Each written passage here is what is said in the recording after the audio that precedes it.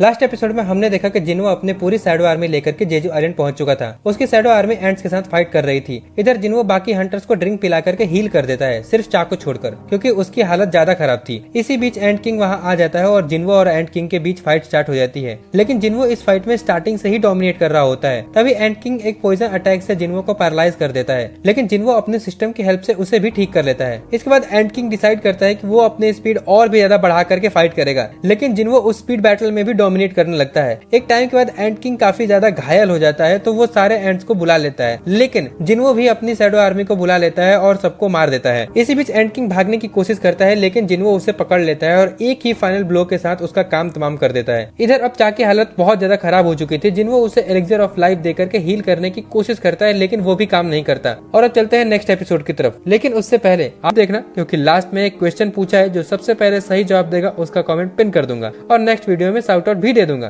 तो बिना time waste किए चलते हैं नेक्स्ट एपिसोड की तरफ। सीजन 2 एपिसोड 13 स्टार्ट होता है और हमें दिखता है कि चा की हालत बहुत ज्यादा खराब होती है। जिन्हो सब कुछ ट्राई कर चुका था, लेकिन कुछ भी काम नहीं कर रहा होता। इसलिए जिन्हो अपने शैडो सोल्जर को बिंगू की बॉडी लाने के लिए बोलता है। तभी एक सोल्जर बिंगू की बॉडी लेकर के आ जाता है। जिन्हो बिना टाइम वेस्ट किया अराइज बोलता है और बिंगू की शैडो एक्सट्रैक्ट कर लेता है। बिंगू भी समझ जाता है कि उसे क्या करना है और वो बिना टाइम वेस्ट किए हीलिंग स्टार्ट कर देता है। ये देख करके बाकी के हंटर्स भी शॉक हो जाते हैं, क्योंकि वो लोग पहली बार जिन्हो को उसकी पावर यूज करते देख रहे होते हैं। लेकिन योनहो को ये बिल्कुल भी पसंद नहीं आता। वो जिन्हो से कहता है वो चीज बिंगू नहीं हो सकती। जिन्हो बोलता है हाँ मुझे पता है। फिर योनहो बोलता है बिंगू अपनी पूरी लाइफ में बैटलफील्ड में रहना या फाइट करना सबसे ज्यादा हेट करता था, तो प्लीज उसे फिर से बैटल में मत ले जाना। जिस पर जिन्हो कहता है हाँ इतना तो मैं समझ सकता हूँ कि बिंगू बहुत नरम दिल इंसान हुआ करता होगा। इतना बोल के जिन्हो बिंगू की तरफ बढ़ता है और एक्सट्रैक्शन कैंसिल कर देता है। ये देख करके योनहो की आंखों में आंसू आ जाते हैं और वो बिंगू को फाइनल गुड बाय देता है। फिर बिंगू गायब हो जाता है और योनहो जिन्हो से थैंक यू बोलता है। फिर वो लोग केव से निकलने लगते हैं और उनका हेलीकॉप्टर भी आ चुका होता है। फिर जिन्हो बोलता है तुम लोग जाओ, मैं बचे हुए एंट्स को खत्म करके आता हूँ। फिर जिन्हो भी काइजल पे सवार होकर के एंट्स को मारने निकल जाता है। तभी सीन शिफ्ट होता है अमेरिका के हंटर मैनेजमेंट ब्यूरो में। वो लोग लाइव ब्रॉडकास्ट देख रहे होते हैं और उनके बीच काफी लंबी बातचीत चल रही होती है जिन्हो को लेकर। उतना तो एक्सप्लेन नहीं करूंगा। एक्चुअली वो लोग प्लान कर रहे होते हैं कि जिन्हो को अपनी कंट्री में ले जाने की। उनका मानना था कि जिन्हो बहुत टैलेंटेड है और कोरिया जैसे छोटे देश में उसका टैलेंट वेस्ट हो जाएगा। इधर फिर से जिन्हो को दिखाया जाता है उसका लेवल अब 100 हो चुका था बाकी एंट्स को मारते मारते। वो अब एंट किंग की बॉडी के पास जाता है और जैसे ही अराइज बोलता है उसके चारों तरफ अंधेरा हो जाता है। ऐसा कभी पहले नहीं हुआ था। उसे लगता है कि कहीं एक्सट्रैक्शन फेल तो नहीं हो गया, लेकिन तभी धीरे धीरे सब वापस नॉर्मल होने लगता है और सिस्टम का नोटिफिकेशन आता है शैडो एक्सट्रैक्शन सफल हुआ। अब एंट किंग फाइनली जिन्हो की शैडो आर्मी का हिस्सा बन चुका था। वो नोटिस करता है कि एंट किंग का रैंक जनरल होता है, जो उसके लिए काफी सरप्राइजिंग होता है, क्योंकि अब तक उसके शैडो आर्मी में हाईएस्ट रैंक इलाइट नाइट था, जो इग्रिस का था। जिन्हो समझ जाता है कि एंट किंग उसके अब तक के सबसे स्ट्रॉन्ग शैडो सोल्जर है। फिर जिन्हो एंट क्वीन की शैडो एक्सट्रैक्ट करने जा रहा होता है, तभी पीछे से आवाज आती है माय किंग प्लीज मुझे एक नाम दो। जिन्हो शॉक हो जाता है ये देख करके कि एंट किंग की शैडो बनने के बाद भी बोल सकता है। एक्चुअली एंट किंग की रैंक जनरल है, इस वजह से वो बोल सकता है। जनरल से लोअर रैंक वाले शैडो सोल्जर्स बोल नहीं सकते। चूंकि वो बोल सकता है तो जिन्हो उससे पूछता है मैंने तुम्हें मारा है, फिर भी क्या तुम मेरे लिए लॉयल रहोगे? जिस पे एंट किंग कहता है मैं मरा नहीं हूँ, आपने मुझे एक नया जीवन दान दिया है और मैं अपनी आखिरी सांस तक आपको फॉलो करूंगा। फिर वो दोबारा जिन्हो से अपने नाम को रखने के लिए बोलता है। जिन्हो सोचता है और उसका नाम बेरू रख देता है। वैसे आप लोगों को पता है क्या कि जिन्हो ने उसका नाम बेरू ही क्यों रखा है? अगर आपको पता है तो कमेंट में जरूर बताना। अब जिन्हो दोबारा एंट क्वीन की शैडो एक्सट्रैक्ट करने जाता है और अराइज बोलता है। एंट क्वीन की शैडो एक्सट्रैक्ट हो जाती है और उसकी भी रैंक जनरल होती है, लेकिन जिन्हो नोटिस करता है कि एंट क्वीन के एक्सट्रैक्शन होने के बाद बाकी के शैडो एंट्स के साथ उसका कनेक्शन वीक होने लगता है। वो तुरंत बेरू से पूछता है क्या तुम्हें पता है कि ये सब क्या हो रहा है? बेरू एक्सप्लेन करता है एंट क्वीन की मेन एबिलिटी अपनी कॉलोनी को कंट्रोल करना और रिप्रोडक्शन है, लेकिन अब बिना फिजिकल बॉडी के वो रिप्रोड्यूस नहीं कर सकती। जिन्हो समझ जाता है कि एंट क्वीन फाइट नहीं कर सकती, तो वो अब उसके किसी काम की नहीं थी और वो एंट क्वीन का एक्सट्रैक्शन कैंसिल कर देता है। फिर जिन्हो सोचता है कि बचे कुछ एंट्स को जल्दी से निपटा कर रेड खत्म करने का। वो बेरू से पूछता है क्या तुम्हें पता है कि अभी कितने एंट्स आइलैंड पर बचे हैं? बेरू रिप्लाई करता है रेड स्टार्ट होने से पहले 8700 एंट्स थे और अब 4000 बचे हैं। जिन्हो सोचता है कि मुझे लगा नहीं था कि अब तक इतने सारे एंट्स बचे होंगे। फिर वो बेरू से पूछता है क्या तुम सबको मार सकते हो? बेरू सीरियस होकर बोलता है अगर आप मुझे ऑर्डर दे तो जरूर। इधर हम देखते हैं कि क्वीन के मरने के बाद काफी सारे एंट इधर उधर भटक रहे होते हैं। कोरियन हंटर जो आइलैंड के पास होते हैं वो इन बचे कुछ एंट्स को मार रहे होते हैं, लेकिन एंट्स की संख्या ज्यादा होने की वजह से उनको दिक्कत हो रही थी। तभी एक चीज काफी तेज स्पीड से उनके सामने से गुजर जाती है और जितने भी एंट्स उसके रास्ते में होती है सबको मार देती है। किसी को समझ नहीं आ रहा होता है। इनफैक्ट ए रैंक और बी रैंक हंटर्स को तो कुछ दिखता भी नहीं है। ये और कोई नहीं बल्कि बेरू होता है। उसका स्पीड इतना फास्ट होता है कि इवन हाई रैंक हंटर्स भी उसके मूवमेंट को फॉलो नहीं कर पाते। अब 2 दिन हो गए थे और सारे एंट्स का सफाया फाइनली हो चुका था, लेकिन कुछ एंट्स उड़ते उड़ते चाइना के समुद्र तक पहुंच गए थे। अगर आपको नहीं पता तो चाइना और साउथ कोरिया काफी आसपास है। चाइना वालों को ऑलरेडी ये डेंजर का पता था, इसीलिए वो लोग पहले से रेडी थे और अपनी शिप्स को लेकर के तैयार थे। फिर हमें दिखता है कि एक चाइनीज हंटर शिप पे खड़ा होता है और एंट्स के पास आने का वेट कर रहा होता है। जब जैसे ही एंट्स पास होते हैं वो अपने दोनों तलवार निकालता है और सिर्फ एक ही अटैक में सारे एंट्स को खत्म कर देता है। यह हंटर एक्चुअली एक नेशनल लेवल हंटर होता है। अगर आपको नेशनल हंटर के बारे में नहीं पता तो मैं बता दूं कि पूरे वर्ल्ड में सिर्फ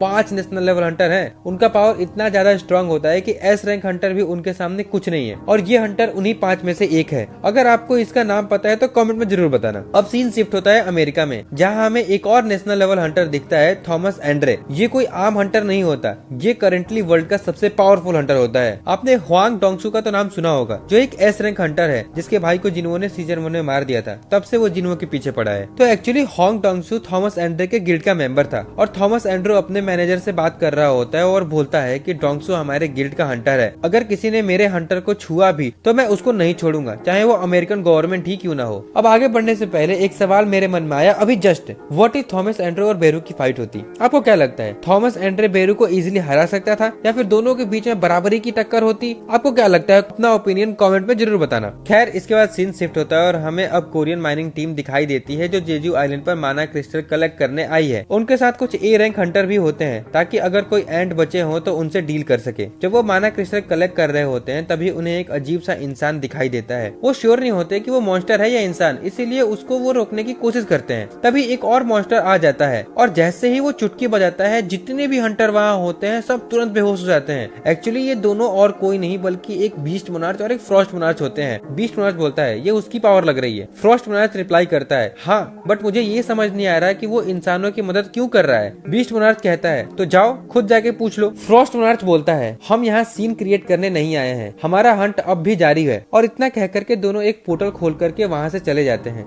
वैसे आपको पता है कि ये दोनों इतने ज्यादा पावरफुल हैं कि अगर जिन्हो इनसे अभी फाइट करेगा तो वो हार भी सकता है। मतलब अलग ही लेवल पे ये स्ट्रॉन्ग है। दिखाया जाता है कि जो भी हंटर जेजू आइलैंड रेड में मारे गए थे उनका फ्यूनरल हो रहा होता है। वहाँ जिन्हो भी गया होता है, लेकिन अब वो काफी ज्यादा फेमस हो चुका है। तो चारों तरफ मीडिया वाले उसी के पीछे पड़े होते हैं, पूरे देश दुनिया में उसी के बारे में बातें कर रहे होते हैं। जिन्हो भी वहाँ होता है वो जिन्हो से थैंक यू बोलता है, क्योंकि अगर जिन्हो वहाँ नहीं होता तो जेजू आइलैंड रेड पे बचे खुचे हंटर्स भी मारे जाते हैं। फिर जिन्हो को चेयरमैन मिलते हैं और जिन्हो को न्यू गिल्ड खोलने की परमिशन दे देते हैं। उसके बाद चेयरमैन जिन्हो से पूछते हैं क्या तुमने जेजू आइलैंड रेड पे बैरियर वगैरह लगाया था, क्योंकि जो माइनिंग टीम वहाँ गई थी वो अचानक बेहोश हो गई थी और जब वो होश में आए तो उन्हें कुछ भी याद नहीं था। जिन्हो कहता है नहीं, मैंने ऐसा कुछ नहीं किया और ऐसा मैं कर भी नहीं सकता हूँ। उनको लगता है कि शायद एंट्स ने ही कोई ट्रैप वगैरह लगाए होंगे। फिर वो लोग वहाँ से चले जाते हैं और जिन्हो अपनी कार में बैठने जा रहा होता है। तभी वहाँ अमेरिकन ब्यूरो ऑफ हंटर का एक बंदा आता है जिसका नाम एडम होता है। वो बता रहा होता है कि उनके डिप्यूटी डायरेक्टर को जिन्हो से एक इम्पोर्टेंट बात करनी है। एडम कहता है कि हमें आपको एक इम्पोर्टेंट इन्फॉर्मेशन देनी है जो कुछ सिलेक्टेड हंटर्स को ही पता है। क्या आप प्लीज हमारे साथ ऑफिस चल सकते हैं, वहाँ आराम से बात हो सकती है। लेकिन जिन्हो सीधा मना कर देता है और कहता है कि मेरे पास इन सब चीजों के लिए टाइम नहीं है। इस पे एडम कहता है कि मुझे पता था कि आप ऐसे नहीं मानोगे, इसीलिए हम आपसे ये इन्फॉर्मेशन छुपाने वाले नहीं है। फिर वो कहता है कि हमारे पास एक हंटर है जो किसी भी हंटर की पावर को बढ़ा सकता है। हम सिर्फ कुछ गिने चुने लोगों को ही चूज करते हैं। ये सुनकर के जिन्हो थोड़ा इंटरेस्टेड हो जाता है और एडम के साथ चला जाता है। वहाँ पहुँचने के बाद जिन्हो माइकल से मिलता है जो डिप्यूटी डायरेक्टर होता है। माइकल एक डील प्रपोज करता है, अगर तुम कोरिया छोड़ के हमारे लिए अमेरिका के हंटर बन जाओगे तो मैं तुम्हारी पावर और भी ज्यादा अपग्रेड कर दूंगा। जिन्हो कहता है मैं कैसे मान लूं, क्या ये सच में पॉसिबल है? तभी माइकल एक हंटर को बुलाता है जिसका नाम मिस सेलर होता है। माइकल कहता है कि डेमो के लिए तुम्हारी पावर 20 से 30% फ्री में बढ़ा देंगे,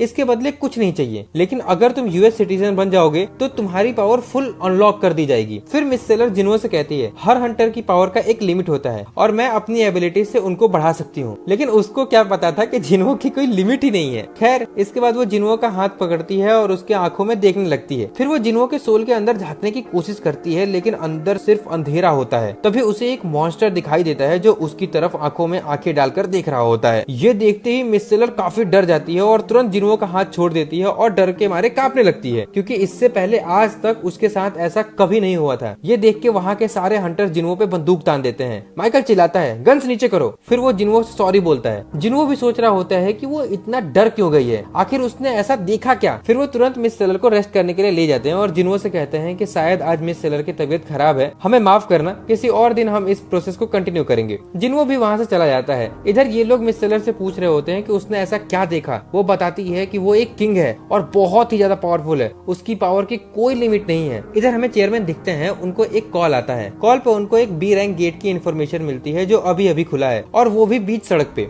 लेकिन उस एरिया में कोई हंटर अवेलेबल नहीं था, अगर किसी को बुलाते तो बहुत टाइम लग जाता। तभी उनको याद आता है कि उस एरिया में जिनुओ भी है। वो तुरंत जिनुओ को कॉल करते हैं और गेट की इन्फॉर्मेशन देते हैं और उसको वहां जाने के लिए बोलते हैं। जिनुओ बिना देरी किए तुरंत वहां चला जाता है। जैसे ही वो गेट के अंदर जाता है वो एक रेड गेट बन जाता है और गेट बंद हो जाता है, और जिनुओ को भी समझ आ जाता है कि ये एक रेड गेट है। इसका मतलब ये है कि इस बार उसको थोड़ा और ज्यादा मेहनत करनी पड़ेगी। फिर बिना टाइम वेस्ट किए जिनुओ अपने शैडो आर्मी को बुला लेता है और एक एक करके सारे मॉन्स्टर को मारना शुरू कर देता है। फिर नरेटर बोल रहा होता है कि एक हंटर का जन्म सिर्फ हंट करने के लिए होता है, चाहे एनिमी कोई मॉन्स्टर हो या इंसान। उनको सावधानी से रहना होगा ताकि कोई दूसरे हंटर का शिकार ना हो जाए। खास करके हाई रैंक हंटर्स को और भी ज्यादा सतर्क रहना होगा, चाहे उन्हें हजारों हंट्स पे क्यों ना जाना पड़े। उनका हंट कभी